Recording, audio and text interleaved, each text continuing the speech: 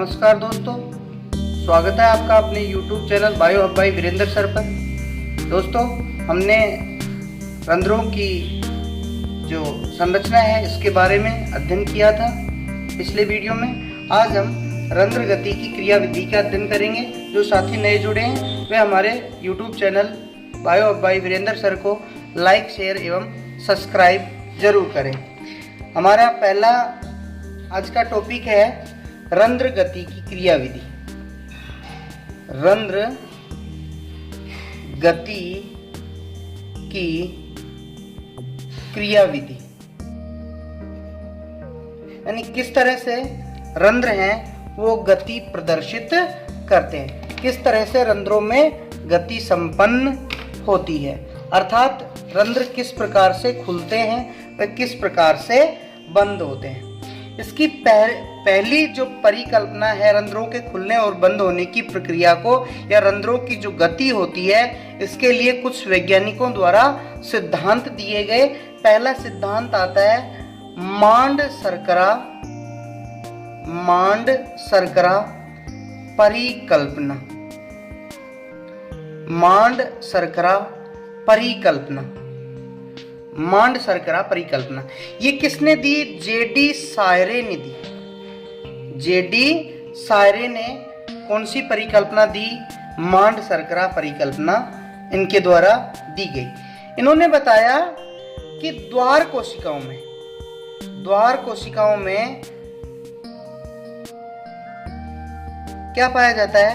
मांड पाया जाता है। द्वार कोशिकाओं में क्या होता है? मांड होता है। अब ये मांड है दिन के समय क्या करेगा? हम देखते हैं दिन के समय क्या होगा। हाँ भाई, मांड है वो दिन के समय द्वार कोशिकाओं में CO2 की क्या हो जाती है? कमी हो जाती है, क्योंकि CO2 का उपयोग होने लग जाता है दिन में। तो दिन के समय मांड है वो CO2 की सांद्रता में कमी के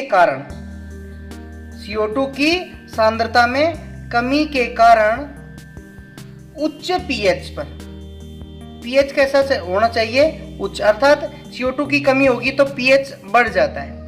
उच्च pH पर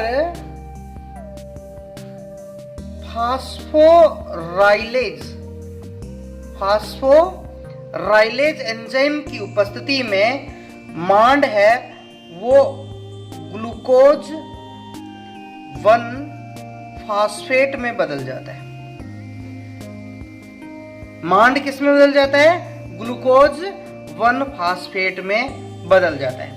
यानी दिन के समय CO2 की कमी के कारण, किनमें? द्वार कोशिकाओं में CO2 की कमी के कारण मांड है वो फास्फोराइलेज एंजाइम की उपस्थिति में उच्च pH पर ग्लूकोज 6 फास्फेट में बदल जाता है। अब ये ग्लूकोज 6 फास्फेट में बदल जाने से द्वार कोशिकाओं का, किसका? द्वार कोशिकाओं का DPD मान है वो बढ़ जाएगा। DPD मान बढ़ जाता है और DPD मान बढ़ने से यानी विसरण दाब न्यूनता, डिफ्यूजन प्रेशर डेफिशिएट, अर्थात विसरण दाब न्यूनता का मान बढ़ने से क्या होगा? अंतः परासरण होता है। क्या होता है? अंतः परासरण होगा और अंतः परासरण के कारण द्वार कोशिका स्फीत हो जाती है। द्वार कोशिका कैसी हो जाती हैं? स्फीत हो जाती हैं। परिणाम स्वरूप क्या होंगे? रंध्र खुल जाएंगे। क्या हो जाएंगे? खुल जाएंगे। जैसे हम समझें कि ये जैसे द्वार कोशिकाओं में क्या पाया जाता है? मांड पाया जाता है। इस परिकल्पना के अनुसार द्वार कोशिकाओं में क्या पाया जाता है? मांड पाया जाता है। दिन के समय द्वार कोशिकाओं में किसकी कमी होगी? CO2 की कमी होगी, क्योंकि CO2 का उपयोग होने लग जाएगा। CO2 की कमी के कारण pH का मान बढ़ेगा और उच्च pH पर फास्फोराइलेज एंजाइम मांड को ग्लूकोज 1 फास्फेट में बदल देगा, जिससे द्वार कोशिकाओं का DPD मान बढ़ जाएगा अंतःपराशरण होगा, द्वार कोशिका स्फीत हो जाएंगी, रंध्र क्या हो जाते हैं, खुल जाते हैं। अब रात्रि के समय क्या होगा, जस्ट इससे उल्टा होगा। यानी रात्रि के समय द्वार कोशिकाओं में CO2 की क्या होगी, वृद्धि होगी। CO2 की वृद्धि होगी क्योंकि CO2 का उपयोग बंद हो जाएगा, प्रकाश संश्लेषण क्रिया बंद हो जाती है रात्रि में, तो CO2 की क्या होगी, वृद्धि होगी। वृद्धि से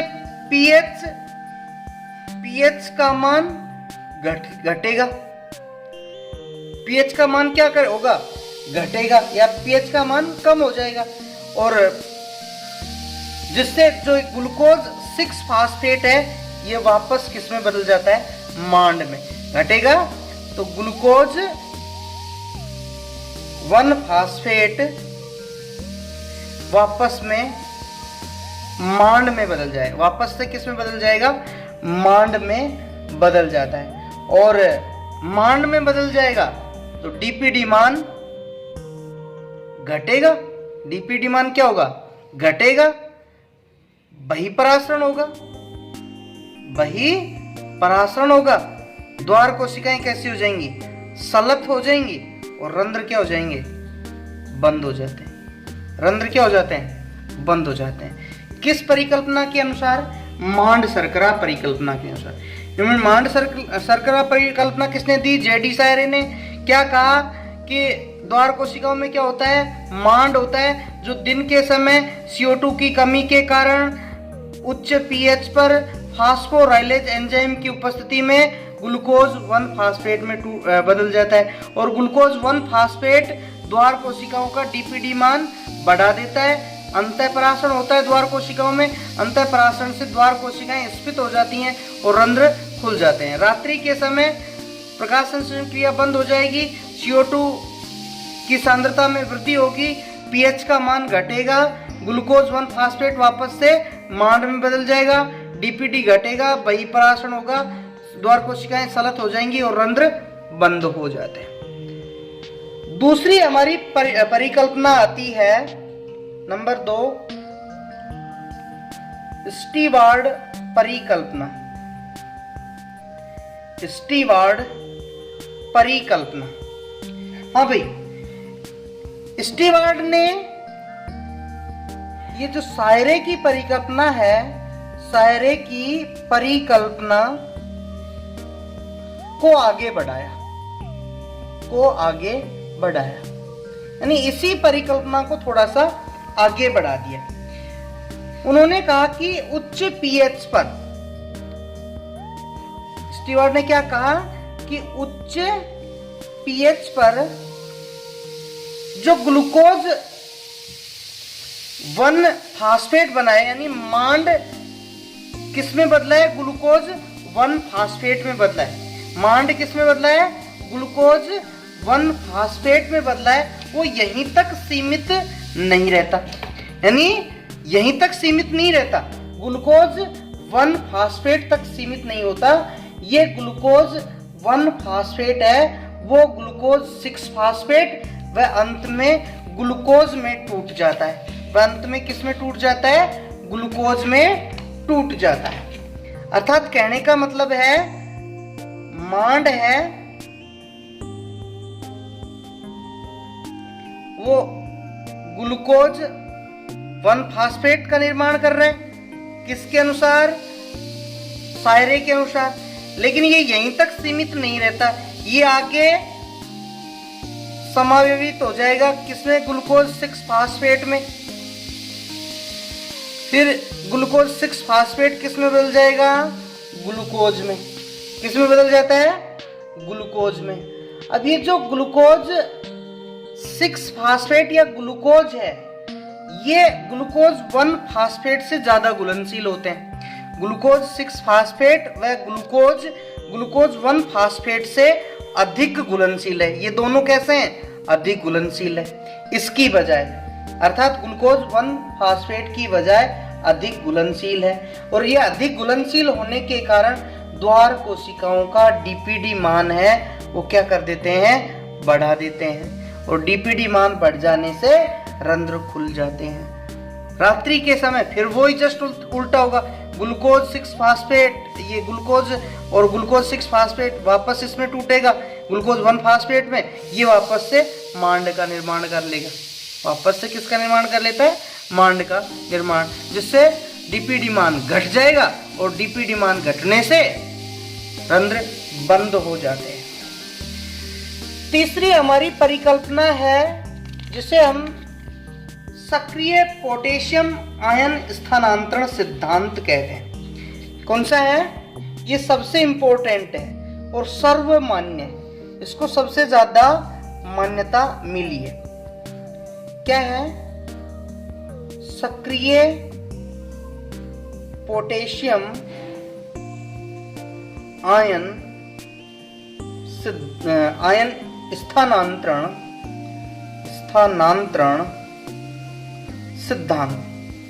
सक्रिय पोटेशियम आयन स्थानांतरण सिद्धांत। हाँ जी, सक्रिय पोटेशियम जो आयन सिद्धांत है, इसको इमामुरा व फ्यूजिनो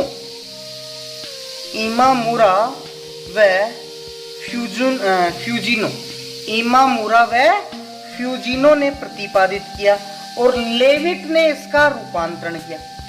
ये प्रतिपादक कौन है? प्रतिपादक तो कौन है? इमामुरा और फ्यूजिनो। और रूपांतरक कौन है? यानी इसमें कुछ चेंजेस किया था लेविट ने। किसने? लेविट ने, जो वर्तमान में सर्वमान्य सिद्धांत है। ये कैसा है? सर्वमान्य सिद्धांत है वर्तमान में। कौन सा? सक्रिय पोटेशियम आयन स्थानांतरण सिद्धांत। अगर आपसे पूछे कि सक्रिय पोटेशियम आयन स्थानांतरण सिद्धांत किसने दिया, तो आप क्या कहोगे? सक्रिय पोटेशियम आयन स्थानांतरण सिद्धांत इमामुरा और फ्यूजिनो ने दिया, और इसका रूपांतरण यानी कुछ इसमें चेंज किसके द्वारा किए गए? लेविट द्वारा किए गए। इनके अनुसार क्या था कि दिन के समय, देखो दिन में और रात्रि में अलग अलग क्रियाएं होंगी। दिन के समय क्या होगा?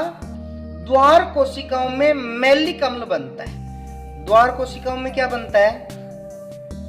द्वार कोशिका में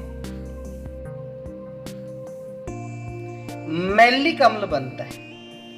मैलिक अम्ल बनता है। द्वार कोशिकाओं में क्या बनता है? मैलिक अम्ल बनता है। अब ये जो मैलिक अम्ल है,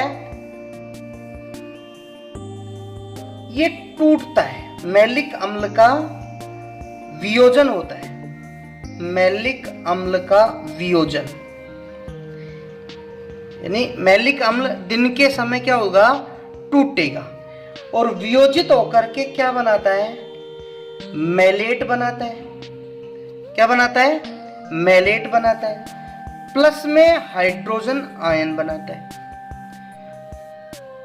मैलिक अम्ल का क्या होगा? वियोजन, यानी मैलिक अम्ल टूटेगा और क्या बनाएगा? मैलेट बनाएगा और हाइड्रोजन आयन बनाता है।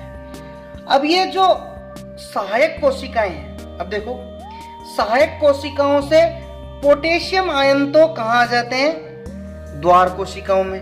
और हाइड्रोजन आयन कहां चले जाते हैं? सहायक कोशिकाओं में। तो क्या कहेंगे अपन? सहायक कोशिकाओं से पोटेशियम आयन द्वार कोशिकाओं में प्रवेश करते हैं तथा हाइड्रोजन आयन बाहर निकल जाते हैं। कहां से? द्वार कोशिकाओं से। मैलिक अम्ल का वियोजन हुआ, मैलेट बना, हाइड्रोजन आयन बने। अब इस मैलिक अम्ल में देखो, सहायक कोशिकाओं से तो पोटेशियम आयन मैलेट के पास आ जाएंगे और हाइड्रोजन आयन यहां से बाहर निकल जाते हैं। अब क्या होगा? पोटेशियम प्लस मैलिक अम्ल, यानी पोटेशियम आयन और ये मैलेट जो बना है, ये पोटेशियम मैलेट का निर्माण करेंगे, पोटेशियम मैलेट बनाते हैं। क्या बना लिया? Potassium malate. अब जो पोटेशियम मैलेट है वो द्वार कोशिकाओं की परासरण सांद्रता को बढ़ा देता है। द्वार कोशिका की कौन? पोटेशियम मैलेट है, वो द्वार कोशिकाओं की परासरण सांद्रता को बढ़ा देता है, पोटेशियम मैलेट है वो द्वार कोशिकाओं की परासरण सांद्रता को बढ़ा देता है, जिससे द्वार कोशिकाएं क्या हो जाती हैं? अंतः परासरण के कारण द्वार कोशिकाएं अंतः परासरण के कारण स्फीत हो जाएंगी, यानी फूल जाएंगी, स्फीत हो जाती हैं, और रंध्र क्या हो जाते हैं? खुल जाते हैं, रंध्र खुल जाते हैं। दोबारा से समझना, दिन के समय द्वार कोशिकाओं में मैलिक अम्ल बनता है। क्या बना? मैलिक अम्ल बनता है, जो मैलेट व हाइड्रोजन आयन में टूट गया।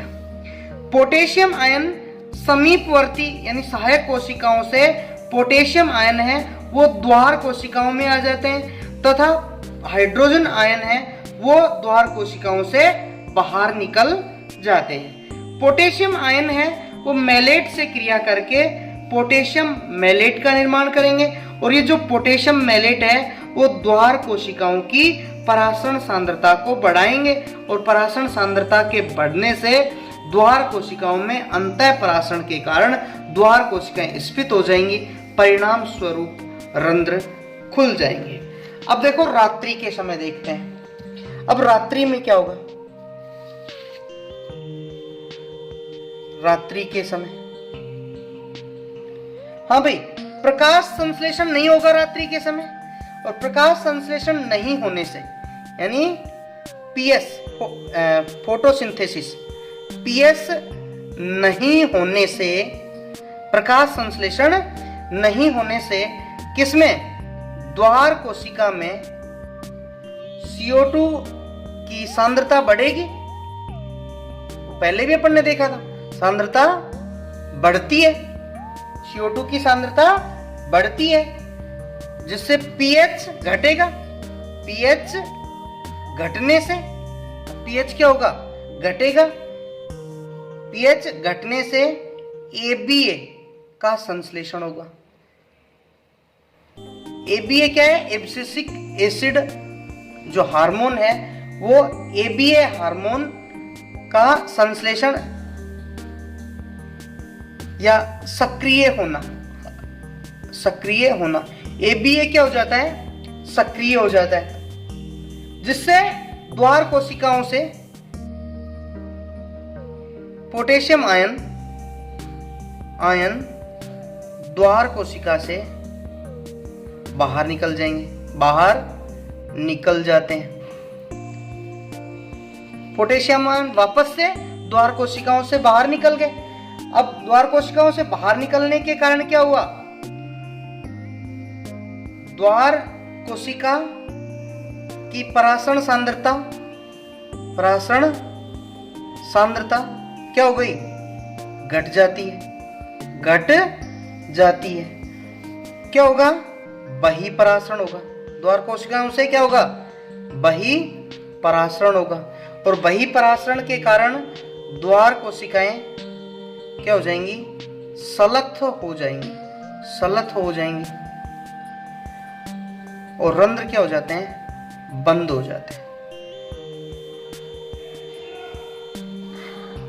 रात्रि के समय प्रकाश संश्लेषण नहीं होने से द्वार कोशिकाओं में CO2 की सांद्रता बढ़ेगी। CO2 की सांद्रता बढ़ने से pH का मान घटेगा, ABA सक्रिय हो जाएगा, यानी एब्सिसिक एसिड जो हार्मोन है वो सक्रिय हो जाएगा। इसके सक्रिय होने से, ABA के सक्रिय होने से पोटेशियम आयन द्वार कोशिकाओं से बाहर निकल जाएंगे, और द्वार कोशिकाओं के बाहर निकलने से भाई वापस से मैलेट है वो मैलिक अम्ल बना लेगा, और पराशरण सांद्रता है वो घट जाएगी। पराशरण सांद्रता घटने से बहिःपराशरण होगा, यानी द्वार कोशिकाओं से पानी बाहर निकल जाएगा। परिणाम स्वरूप द्वार कोशिकाएं सलत हो जाएंगी और रंध्र क्या हो जाते हैं, बंद हो जाते हैं, रंध्र बंद हो जाते हैं। ये सिद्धांत था सक्रिय पोटेशियम आयन स्थानांतरण सिद्धांत। ये सबसे इंपॉर्टेंट है और सबसे ज्यादा बार पूछा जाता है। एक बार इसको दोबारा से देख लेते हैं। इमामुरा और फ्यूजिनो ने प्रतिपादित किया और लेविट ने इसका रूपांतरित जो रूप है वो प्रतिपादित किया या इसका रूपांतरण किया। ये सर्वमान्य सिद्धांत है। इसके अनुसार दिन के समय द्वार कोशिकाओं में मैलिक अम्ल बनता है। मैलिक अम्ल का वियोजन होता है मैलेट में हाइड्रोजन आयन में, यानी मैलिक अम्ल मैलेट और हाइड्रोजन आयन में टूटता है। अब सहायक कोशिकाओं से पोटेशियम आयन कहाँ पे घुसते हैं, द्वार कोशिकाओं में आ जाते हैं और हाइड्रोजन आयन बाहर निकल जाते हैं। और पोटेशियम आयन है मैलेट के साथ मिलकर के पोटेशियम मैलेट बना लेगा। द्वार कोशिकाओं की पराशरण सांद्रता बढ़ जाएगी, अंतः पराशरण होगा और रंध्र खुल जाएंगे। रात्रि के समय पीएस नहीं होगा, अर्थात प्रकाश संश्लेषण फोटोसिंथेसिस नहीं होने के कारण CO2 की सांद्रता बढ़ेगी द्वार कोशिकाओं में, पीएच घटेगा, ABA सक्रिय होगा जो पोटेशियम आयनों को द्वार कोशिकाओं से बाहर निकाल देगा। द्वार कोशिकाओं से बाहर निकाल देने के कारण द्वार कोशिकाओं में क्या होगा, पराशरण सांद्रता घटेगी, बहिःपराशरण होगा, द्वार कोशिकाएं सलत होंगी और रंध्र क्या हो जाएंगे, बंद हो जाते हैं। आज के वीडियो में इतना ही। बाकी अन्य जो टॉपिक बच गए इस चैप्टर के वो अगले वीडियो में। धन्यवाद।